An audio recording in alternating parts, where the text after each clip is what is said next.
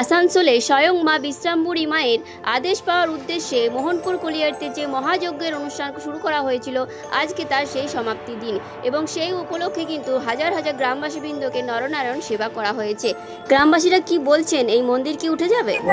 কোনো আদেশ না হয় তো আমাদের সব কমিটি থেকে বলতে সাধুবাবা বলছেন যে আরেকটা বড় একটা যজ্ঞ করা হবে এবং কর্তৃপক্ষের অনুরোধেই আমরাও চাইছি যে মায়ের মন্দির যদি শিফটিং হয় সেই নিমিত্তে মায়ের আদেশ পাওয়ার জন্য এই মহাযজ্ঞ। এই মহারুদ্র যজ্ঞের একটা ডিটেলস ভিডিও আপলোড করেছিলাম, সকলে অনেক ভালোবাসা দিয়েছে, তাই জন্য আবারও চলে গেছিলাম মহারুদ্র যজ্ঞের শেষ দিনে, সমাপ্তির দিনে। আর আজকের ভিডিওতে থাকবে মহারুদ্র যজ্ঞের শেষ দিনের সুন্দর সুন্দর মুহূর্ত, সাথে থাকবে কয়লা খাদানের একটা সুন্দর দৃশ্য। খিচুড়ি রাখা রয়েছে এতগুলো ড্রামে।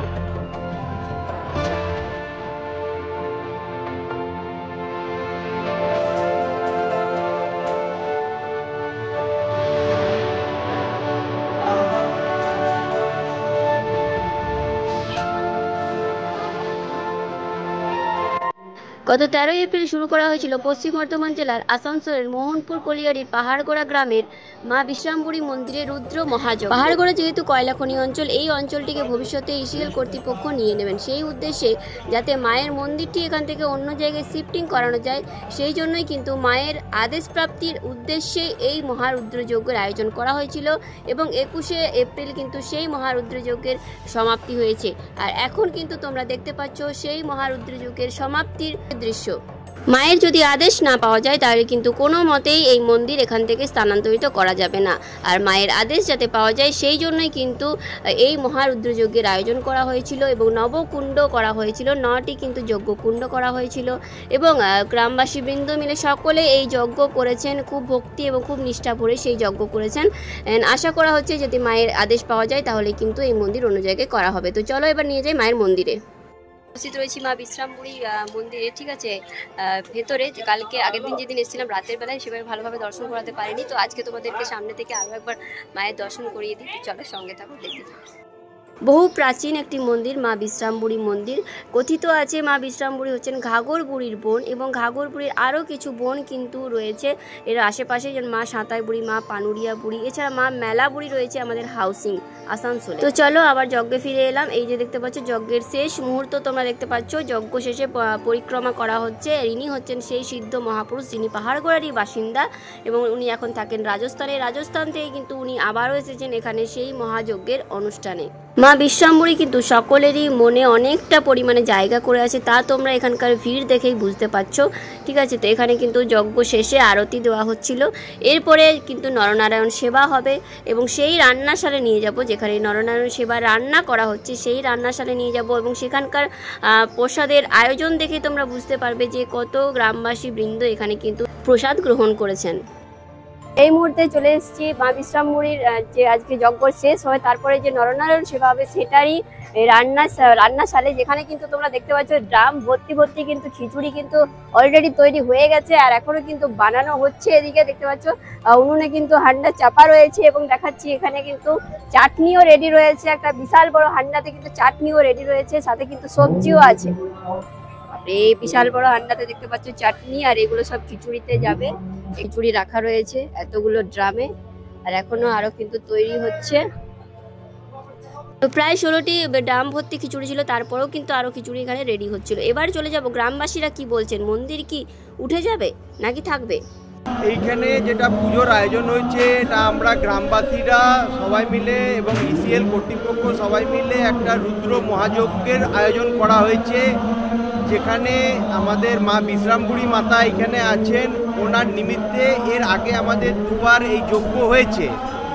আমাদের এখানকারই ছেলে যিনি এখন সিদ্ধ পুরুষ হয়েছেন বাবা মনিরামজি মহারাজ, উনি এইখানে এসেছেন এবং ওনার নিমিত্তে ওনার উদ্দেশ্যেই ওনার ইয়েতেই আমরা এই যজ্ঞের আয়োজন করেছি। এর আগে আপনার 1986 সালে একবার যজ্ঞ হয়েছিল, 1992 সালে একবার যজ্ঞ হয়েছিল এবং এটা দুবার হওয়ার ফলে এটা তৃতীয়বার যজ্ঞ হচ্ছে।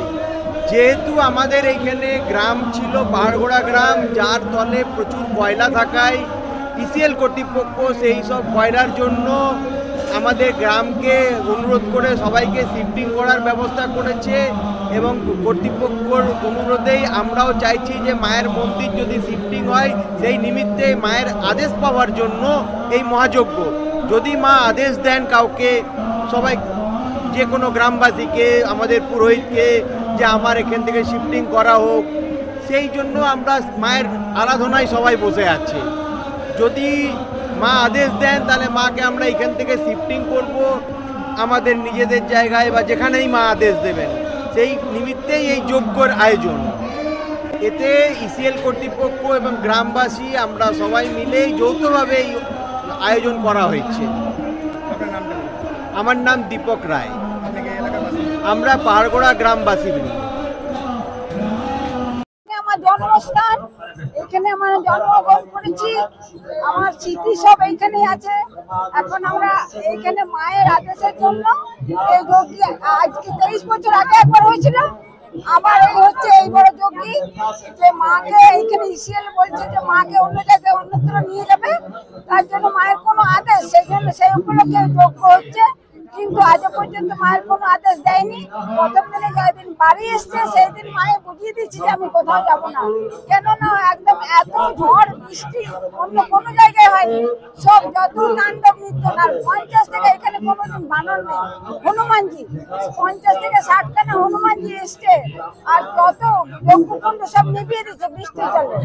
বৃষ্টি জলে কোথায় আশ্রয় নেবে, গোল মন্দিরে গিয়ে সব আশ্রয় নিয়েছে। আর আমাদের এলাকায় কোথাও হয়নি এমনি সেই দিন বৃষ্টি, ওই হোম লক্ষ্মীর দিন এইটা হয়েছিল, সেই দিন বাড়ি এসেছিল এখানে। হ্যাঁ, এখনো বলছে এই যজ্ঞে যদি কোনো আদেশ না হয় তো আমাদের সব কমিটি থেকে বলছে, সাধু বাবা বলছেন যে আরেকটা এর চেয়েও বড় একটা যজ্ঞ করা হবে। আমার নাম শুক্লা রায়। তো চলো এবারে যাই সেই প্রসাদ খাওয়ানোর দৃশ্যে। ঠিক আছে, এই যে দেখতে পাচ্ছ খাদানের পাশেই রয়েছে মা বিশ্রামপুরী মন্দির এবং তার পাশেই কিন্তু এখানে নরনারায়ণ সেবা করানো হচ্ছিল। এখানে দেখতে পাচ্ছ কত মানুষজন কিন্তু এখানে প্রসাদ গ্রহণ করেছেন। ইভেন আমরাও কিন্তু মায়ের সেই প্রসাদ, সেই অমৃত স্বাদ কিন্তু আমরাও নিয়েছি। আর হ্যাঁ, আরও একটা কথা, আমি এখানে এসে কিন্তু অনেক পরিমাণে ভালোবাসা পেয়েছি, সেই দৃশ্যও কিন্তু আমি তুলে ধরবো। আর সকল গ্রামবাসীকে এবং সকল মানুষদের, সকল আসানসোলবাসীকে আমার অনেক অনেক ধন্যবাদ আমাকে এতটা পরিমাণ ভালোবাসা দেওয়ার জন্য। তো তোমাদের ভালোবাসা এইভাবেই তোমরা বজায় রেখো, যাতে ভবিষ্যতে তোমাদেরকে আরও এরকম সুন্দর সুন্দর আপডেট দিতে পারি। বন্ধুরা, পৌঁছে গেছি খাদানে, কয়লা খাদান, যেটা হচ্ছে একটা খুব ঝুঁকিপূর্ণ জায়গা। আর আমি একদম ধারে দাঁড়িয়ে আছি।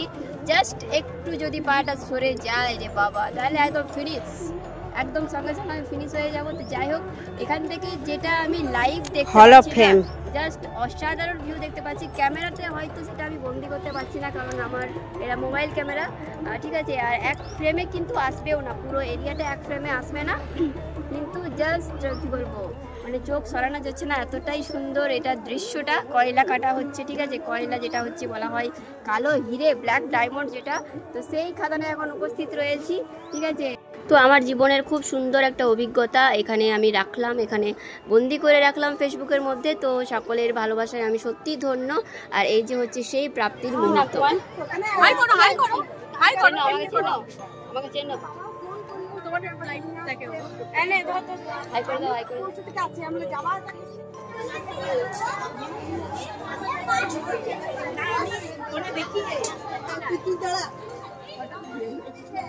যাই হোক, আলটিমেটলি আমাদের কাছে কিন্তু এগুলোই সব থেকে বড় প্রাপ্তি, বড় পাওনা। আর এগুলো যখন পাই না, তখন জীবনটা ধন্য হয়ে যায়। মনে হয় এত খাটনি করে আমরা ভিডিও করি, ওখানে যাই না, বৃষ্টি না রোদ, কোনো কিছু পরোয়া করি না, আমরা কিন্তু ভিডিও কন্টিনিউ করে যাই। তারপরে যখন এই জিনিসগুলো পাই না, এটাই আমাদের কাছে সাকসেস, এটাই আমাদের সব থেকে বড় পাওনা।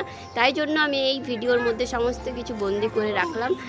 এছাড়াও আরও অনেকজন আমার সাথে ডেকে কথা বলেছে, তাদেরকেও অনেক অনেক ধন্যবাদ। এভাবেই সকলের পাশে থেকে। চলো বন্ধুরা, ভিডিওটা এখানে শেষ করলাম। যদি তোমাদের ভালো লেগে থাকে অবশ্যই ভিডিওটি শেয়ার করে দিও, সঙ্গে থেকেও পরবর্তী আপডেট পাওয়ার জন্য। আর পেজটিকে অবশ্যই কিন্তু ফলো করে নিও। তো চলো, টাটা।